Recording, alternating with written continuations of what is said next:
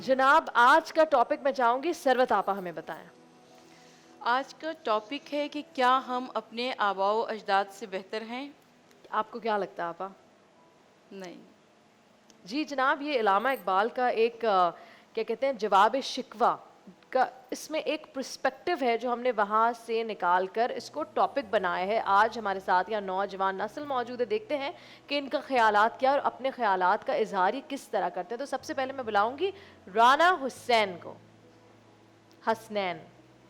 राना हसनैन को। अस्सलाम वालेकुम। वालेकुम सलाम। Are you ready? Yes. आप कितने साल के हैं?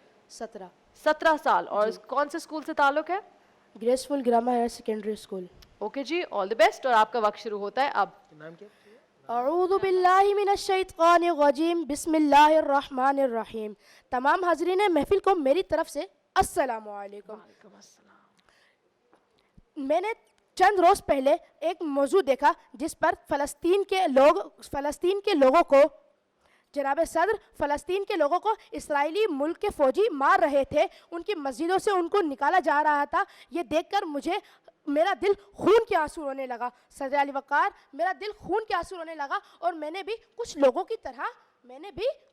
की तरह सोशल मीडिया पर अपनी बात को आवाज़ उठाई। मैंने अपनी आवाज़ उठाई और मगर आज मैंने ये देखा कि 80 साल की बुज़ुर्ग खातून, 80 साल की वो बुजुर्ग खातून जो चलने से भी बेजार थी, चल नहीं सकती थी, वो भी अपनी लाठी के ज़रिए अपने उन दरिंदों का सामना कर रही थी जिससे तमाम फ़लस्तीन के नौजवान, माओ, बहनों, बेटियां पनाह मांगते हैं। सदर अली वक़ार, हमारे आबाओ अजदाद हमसे लाख दर्जा बेहतर हैं। हमारे आबाओ अजदाद हमसे लाख दर्जा बेहतर हैं। हमारे आबाओ अजदाद ने लाखों करोड़ों कुर्बानियाँ देकर ये पाकिस्तान आज़ाद किया। क्या हमारे आबाओ अजदाद ने हमें ये सिखाया कि हम अपनी आज़ादी के लिए अपने आवाम का गला घोंट दें? जनाब वाला, क्या हमारे आबाओ अजदाद ने हमें ये सिखाया कि हम अपनी आज़ादी के लिए अपने आवाम का गला घोंट दें? ये मुल्क एक मदीना की रियासत का मुल्क बन सकता है जिसको ये लोग बनाना चाहते हैं। ये उन लोगों के पीछे कंधे खड़े कर देते हैं। जनाब वाला, जब मुझे सदर अली वक़ार, मुझे आज की नौजवान नस्ल अपने कायद के फरमानों का अपमान करती हुई नजर आती है। जब कायद आज हमारे कायद जिंदा होते तो हमसे ये कहते, क्या तुमने अपने वतन का क्या हाल कर रखा है? अगर वो हमसे ये सवाल करते, क्या तुमने अपनी ज़िंदगी की कुर्बानियों का ये सिला दिया?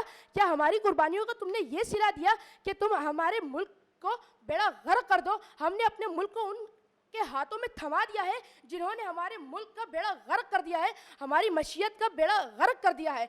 सदर अली वक़ार, आज हमारे मुल्क की नौजवान नस्ल के पास हर जदीद टेक्नोलॉजी की सहूलियात मौजूद है, मगर आज हम इससे आज भी महरूम है। हमारी जदीद टेक्नोलॉजी की सहूलियात से हम कासिर हैं और हमारी कारकर्दगी नाकाबिले तारीफ़ है। और वो हमारे ही आबाओ अजदाद थे जिन्होंने कि ये सादत हासिल की बगैर किसी सहूलियात। बहुत बहुत शुक्रिया, आपका वक्त होता है ख़त्म। Thank you very much.